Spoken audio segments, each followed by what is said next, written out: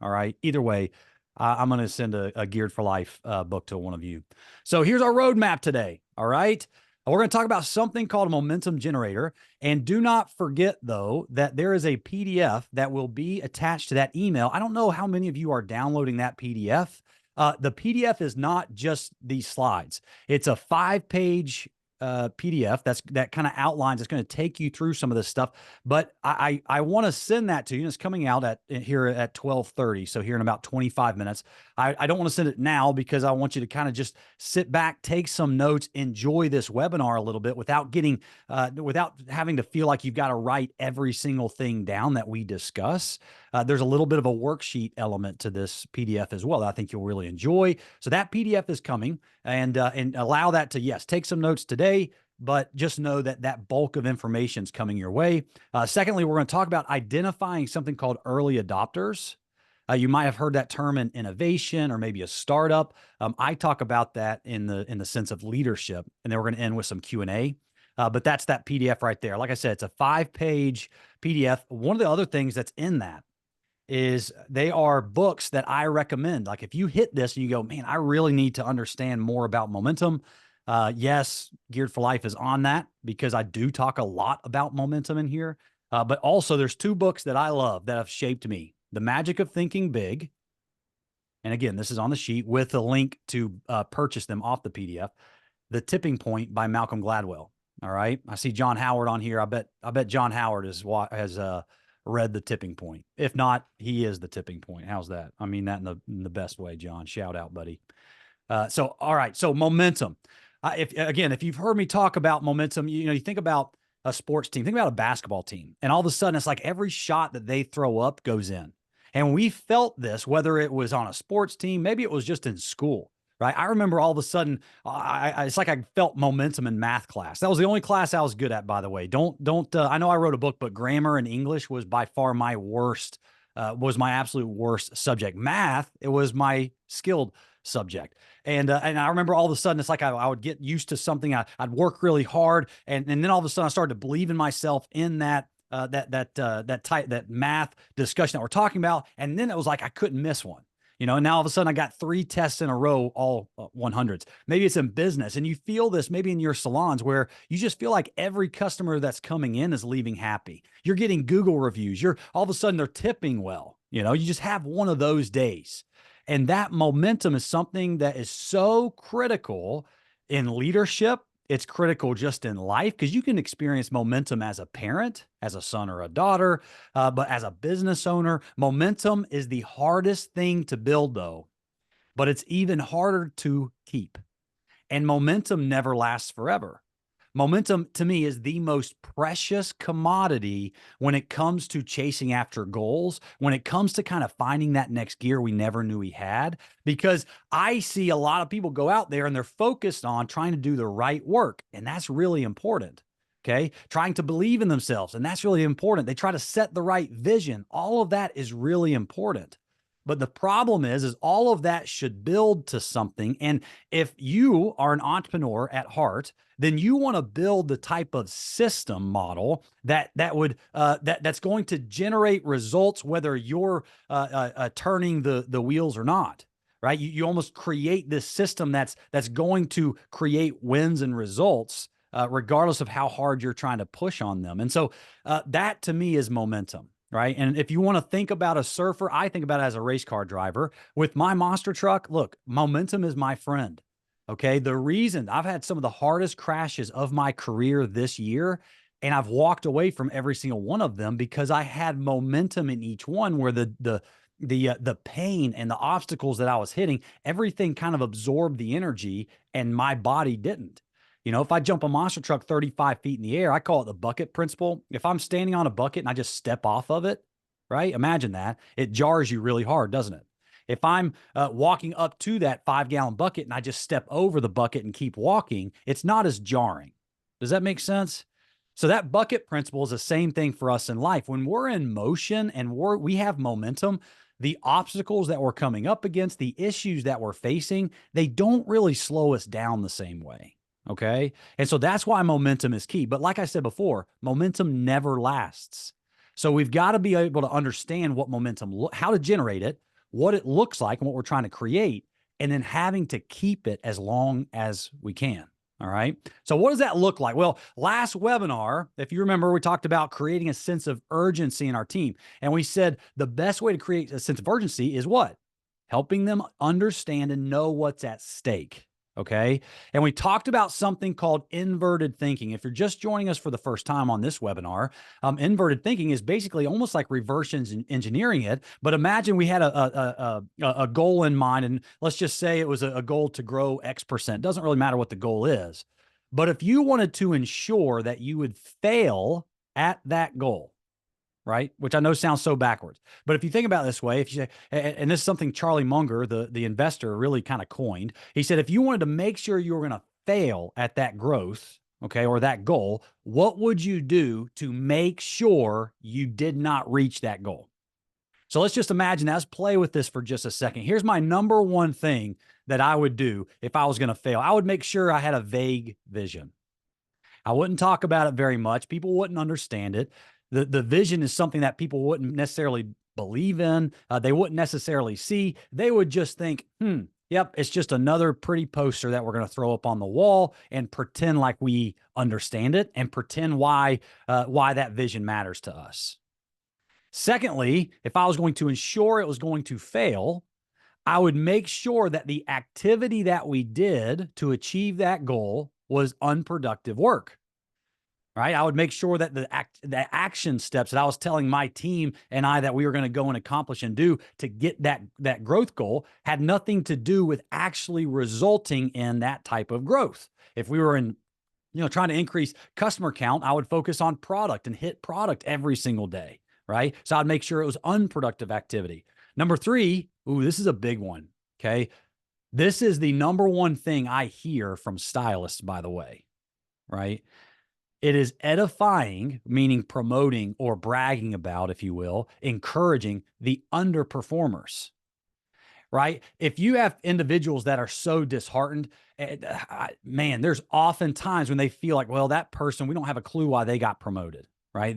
They work less hours, they take more breaks. They're not really the cultural ad. We don't have a clue why that person's getting rewarded. Then they start thinking it's favoritism. And so if I wanted to make sure that a goal failed, I would edify the underperformers, or I would edify the wrong people. And then lastly, this is really where today's going to focus on, is this concept. But if I wanted to make sure a goal failed, I would wait for 100% of my team to get on board. I would wait for 100% of people to say, yep, we're in, let's go charge the battlefield.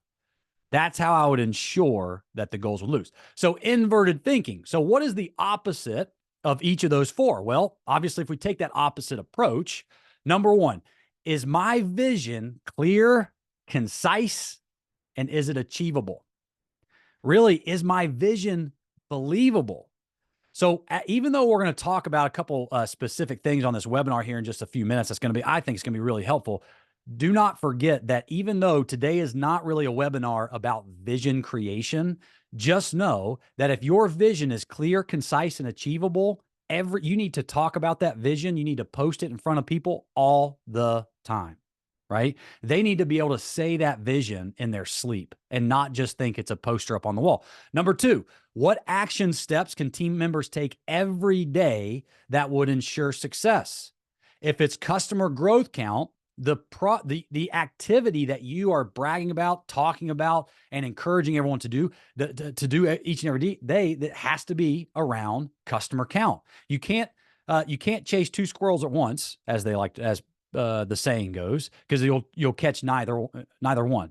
So if you've got a customer growth count percentage number, let's say, and you're constantly talking about the activity that has to do with product sales, unless that product sales has something to tie into customer count with, it's not the productive type of activity that you're encouraging. But as long as those action steps that you're talking about lead to that end result, then that's where you're wanting to go. Number 3, can you edify and reward the doers along the way? How can you encourage what you're edifying, right? If it's a cultural ad, I've seen leaders sometimes when they go and they encourage someone getting to work on time, which is great. But if you're really trying to increase customer count growth, it can't just be because they're getting to work on time or just that it's product sales. It's how that builds towards the team goal. All of us, it is shocking to me how much of us we do so much work, and we'll put in so much more effort for recognition and praise well before a raise, well before money. Praise and recognition, just statistically, has proven to be monumentally more critical for all of us psychologically to engage in our work. And my question to you today is, what are you edifying every single day? Because what you edify in one is going to make everyone else want to do that thing. So tie it to that team goal. And then all of a sudden you'll see the rest of the team that you're wanting to encourage to do the same things as this lovely stylist that's killing it and kicking butt. Now all of a sudden they're going to want to do that just to get the praise. But number 4, okay, if I wanted to take the opposite approach to our to making it fail, obviously we want to make it succeed. My question to you, and this is what we're going to really deal with the rest of this webinar, how many team members do I need to buy in at the beginning, middle, and by the end of that goal chasing in order to go and achieve it? How many team members do I need to buy in? All right. So let's talk about this. I call this the momentum generator. All right. If we were going to kind of create this action, because this is what you as a leader, this is your number one goal. If your target as a leader is to create momentum in your team and accomplishing these goals, this is how it happens. Your belief, right? And that's going to be tied to your vision and whether your team believes it. Are we a good enough team to accomplish this vision? Do we have the skill sets? Do we have the abilities? Do we have the person that's going to greet that customer when they walk in the way that they deserve to be greeted? All those little things, right, that buy into, do we believe in this vision? And then the second part of that, I call it a formula, but it's action, right? It's those action steps. Are they actually productive action steps and activity towards that goal? Your job as a leader is to constantly talk about these two things: belief and building belief in that vision, and keeping people doing the right type of activity. When you do those things, momentum gets generated. It gets produced. It's almost like the wave out in the ocean, right? You got to believe the wave is coming, and you got to paddle out there and get ready for that ocean to churn that wave up. And then you got to be ready to ride that wave all the way into the shoreline, don't you? It's the same thing. Belief and action together is how momentum actually gets produced. So my question is your vision clear? Is it believable? And is the productive daily action right? And if you can stay focused on that, I'm telling you, momentum will happen. I've never seen it not happen when that's the case, because culture is tied up in that vision piece, by the way. The action steps and the element of doing the right type of work and working hard and doing the, overcoming obstacles, that's all in that action piece. Right? All of the things that we overcomplicate all this stuff. And it really boils down to those two things. And if you've got a believable vision, you're taking the right action steps, momentum's going to come. But here is the biggest leadership mistake that I see. And I've seen it in sports. I see it in Monster Jam today. I see it in salons out there, in business teams all over the place. And my question to you is, are you doing this? But most leaders are waiting for too much buy-in. Too many leaders think that they need 100% of people to buy into that vision. And they're waiting and they're thinking, well, Bryce, I have been talking about it, but man, I've only got, half the team that's really bought into what we're trying to go and accomplish. Right. And so they're waiting to really make that big push. And then they wonder why a month into trying to achieve that goal, they can't seem to keep everybody motivated.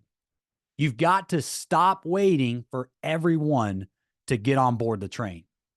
So what does that look like then? So let's break this down, because I have come to realize that, I'm a big believer in the 80-20 rule. And I've talked a little bit about this in some of the past webinars, but the 80-20 rule is in any work out there, right? 80% of the work is going to be done by 20% of the team. 80-20 rule could be culture, right? You're going to have 80% that buy into the culture, 20% or 80% that don't buy into the culture, 20% that do. But the 20% that do and buy into that vision, they're going to do enough work and do well enough work that that's going to actually make up for that other 80%. But I learned this back in soccer, in high school, believe it or not. My coach came to me and he said, Bryce, look, I need you to really start pushing and helping me lead this team. I'm going to make you a captain. This is probably my junior year. And we were trying to shift this belief around winning a state championship. And I talked about this actually in my past webinar, where it was like, my desire was for more people to come and play for this coach because of how incredible he was for me in my life. And so I was talking with this coach, and as we talked about it, I came to realize that the team as a whole, all right, if there were 25 people on our team, there were only just a few of us that were willing to believe that we could actually win a state championship. I saw 3 of us, and this is something I call early adopters. All right. This is what you're looking for. You're looking for 2 to 3 people. It can't just be one. You've got to chase through and dig through your team and understand that and find those early adopters, because you create this vision. You're saying, look, we're going to go and grow by X%. When you do that, find the early people that are immediately on board. The 2 to 3 early adopters, they don't need results. They don't need the poster up on the wall. They're probably willing to do it either because they're bought into you, or maybe if you go back to our first webinar talking about the personality traits, they might be just naturally wired. Maybe they're the choleric personality, like we've talked about, the lion. Maybe they're just, they've been hungry for the opportunity to jump on the battlefield and go and attack a goal. Those are your early adopters. That's how every good momentum starts. So as you're sitting there right now and you're thinking, everyone on this webinar, I bet, is in the middle of a goal or getting ready to launch a team goal. If you can write down 2 to 3 names right now on who you think would probably be or have been your early adopters, they're just on board right away. Your job as a leader, though, in the next phase is to take that momentum generator, talking about the belief and the vision and getting people focused on the right action steps. You as the leader, every single chance you can, generating that machine, and your goal is to find that 20% that's going to come on board with you. All right. This is the hardest part about leadership, but strategically speaking, and if you're going to go and crush a goal, when you get to 20%, so if your team has 10 people on it and you go find your 2 to 3 early adopters, guess what? You're actually already there. Okay. Because the early adopters, it cannot just be 1, but maybe it's 2. And as soon as you get to about 20 to 30%, this isn't a perfect science by any means, but you get where we're coming from. You don't have to have 100%. Your goal should be, how quickly can I get 20% of my team generating results, the right type of activity, and believing the vision and the team goal that we're trying to go and accomplish.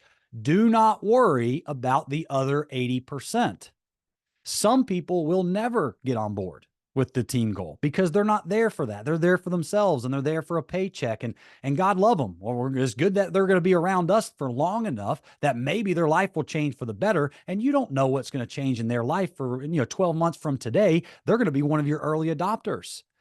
But there's a lot of people that are just scarred by life to the point where they're like, man, I don't have the mental capacity to dive into a team goal. I'll play the role and I'll do whatever I'm told to do, but ultimately I just got to make sure this next customer of mine tips well, right? Right. We can't fault that person for that, but stop worrying about the other 80%. Your goal, 2 to 3 adopters, then build to 20% of the individuals that are on board with what you're doing. When they're committed to that goal, watch out. That's going to get you to the top of that bell curve, and that's where momentum hits. All of a sudden, 20% can move the needle. And then all of a sudden, when results actually start to happen, and remember, you're edifying the ones that are getting the results that you're trying to promote. When that occurs, right, you will slowly and surely begin to get more people that are bought into what that team is doing. And you're going to have an influx of people. It will grow itself to 50%, 60%, 80%. And if it's just one of those fun projects, you might have 100% buy-in, but you're not going to get the last 80% until the train has already left the station. And you've just got to know that that's okay. All right. So momentum is on the back side of that bell curve. So lastly, let's talk about identifying your early adopters. Okay.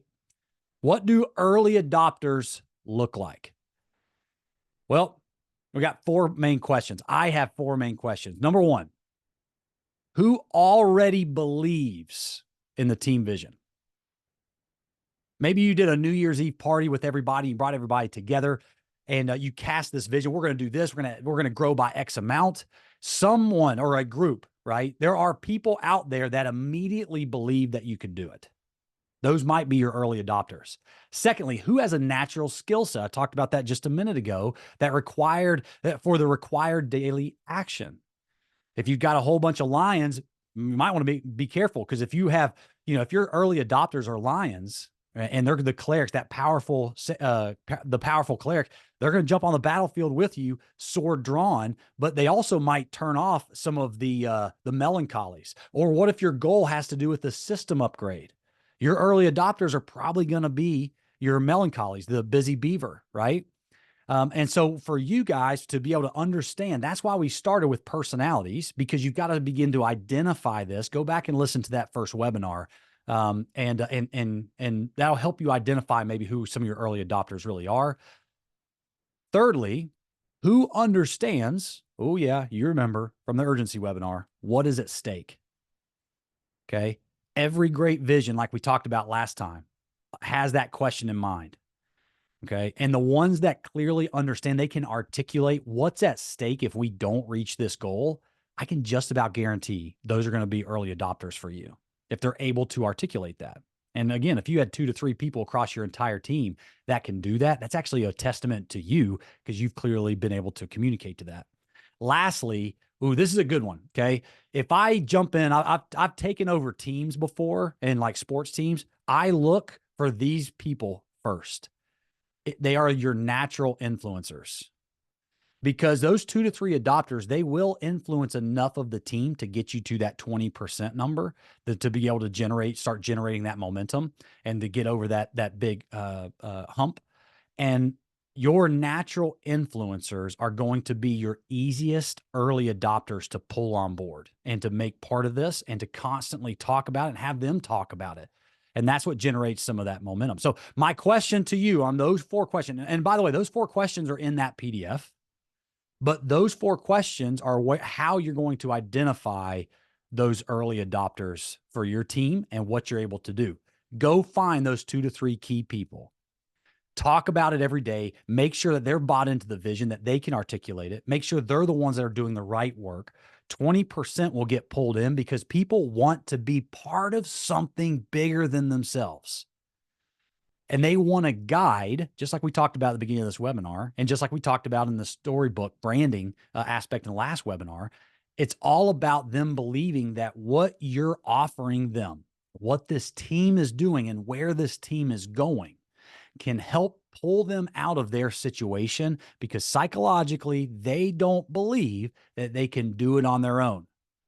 Almost subconsciously, they might think that they're the reason they're in this predicament in life. What if customer count growth increased salary? I don't know. What if it increased tipping, because we've got more customers coming in? That means more tip money. That means all of a sudden my life changes, right? What's at stake? That's not just for a team goal. That's for an individual. And so my encouragement is find that 20% of the team. And when you hit that 20% number, get ready, because when momentum hits and you're pulling more people, now you've got 80% of the team bought into what you're doing, you need to ride that wave as far into the shoreline as you can, because momentum, like I said earlier, it never lasts forever. I believe the difference in successful people, successful teams, and not successful people and successful teams is that successful people simply built momentum sooner, and they held momentum longer than the other people. You cannot be the best leader that you're capable of being without understanding what momentum looks like, how to capture it, and then how to hold on to it. And you're going to get it wrong occasionally, and that's okay. You're not going to bat 1,000 at this.